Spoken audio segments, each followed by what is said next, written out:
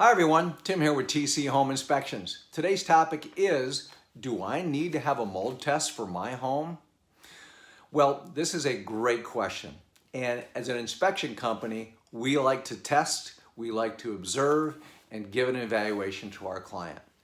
I can tell you that for the majority of homes that we inspect, and for the majority of people that we work with, a mold test is not necessary. Now, we should observe everything in a home, look for signs of moisture, which is the number one reason you have mold problems in the first place.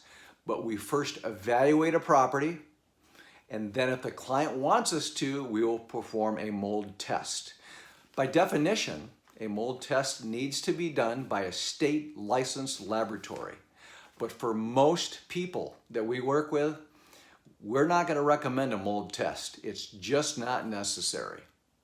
Well, the EPA, the CDC, they back me up on that. And they state, both organizations state that for most people that are healthy, they have strong immune systems, the molds in our environment are not going to make us sick.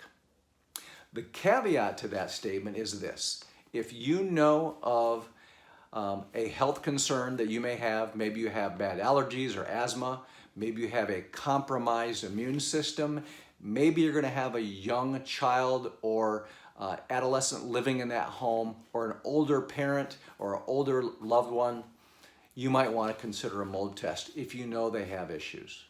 So that's the thing to know.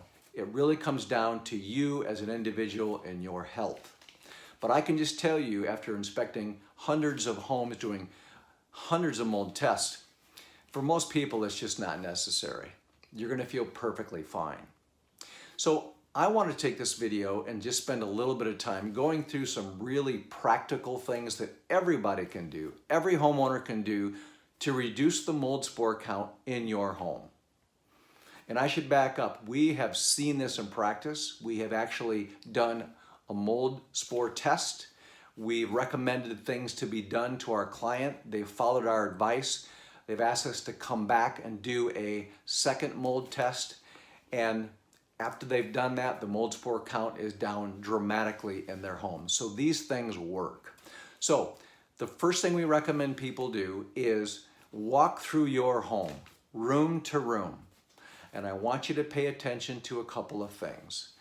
Look around that room, the walls, the ceiling, the floors, and make sure everything is dry. Make sure there's no water coming through the foundational areas. Make sure there's no condensation on water pipes, on pressure tanks. Make sure everything is dry in that home. Always remember, if you have a dry home, you normally do not have much of a mold problem. Mold is a result of water intrusion. So keep that in mind.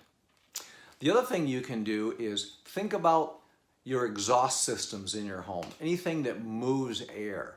So there's a couple that come to mind: your furnace, and in your bathrooms, your exhaust fans. Well, for your furnace, make sure, and this is something people forget about all the time, make sure to keep your furnace filter clean. A lot of furnace filters need to be cleaned as often as every 3 months. That's going to come down to your lifestyle. If you have animals in the house, cats and dogs, keep your furnace filters replaced and cleaned. One tip that I see people do all the time is they will take a marker and write on the furnace filter the date they installed it, so they know exactly how long that filter has been in the furnace. So keep your furnace filters clean. That will improve the air quality of your home. In the bathrooms, most bathrooms should have an exhaust fan. Certainly if you have a full bath with a bathroom, a shower, a tub and a shower, make sure every time you're in that bathroom and you're using water, turn on the exhaust fan. As inspectors, we can tell almost every time if people are properly venting their bathroom by looking up at the ceiling and seeing any kind of organic growth on that ceiling. That's a clear indication that the exhaust fans are not being used properly, or they're simply not working. So make sure the exhaust fans are used when you're running water in your bathrooms. Here's a big one that people often overlook.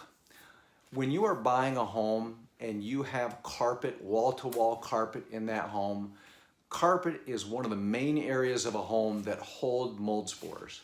And if the carpet is old, there's a good chance you're just not going to be able to get it clean to the point where you can reduce the mold spore count significantly. And again, if you have a compromised immune system, you have sensitivity to mold spores, you may just have to remove that carpet altogether and put a hard surface in. The main reason for that is carpet holds mold spores and there's a pad underneath that carpet. And in our experience, even professional companies that come in and clean that carpet the best they can, the mold spores will remain in the carpet pad. And the only way to completely remove those mold spores is to rip all the carpet and all the pad out of your home. So those are not an exhaustive list, but those are things that will help you. These are things that we look at home inspectors if we know somebody has sensitivity to mold spores. Those are really practical things you can do right away to reduce the mold spore count in your home. And again, I will close this video by reminding you that for the majority of people that have a strong immune system, a lot of expensive mold testing is not needed, in my opinion. And again, the EPA, the CDC back me up on that. However, for those people that have sensitivity to mold spores, you might want to consider having a mold test performed. You might want to have those areas looked at in your home. If you think you're someone that can do that for yourself, great. But be aware of those common sense things, those easy things that you can do to reduce the mold spore count in your home. Well, this is Tim with TC Home Inspections. I hope this has been beneficial. Give us a thumbs up, subscribe to our channel, and I will see you on the next video.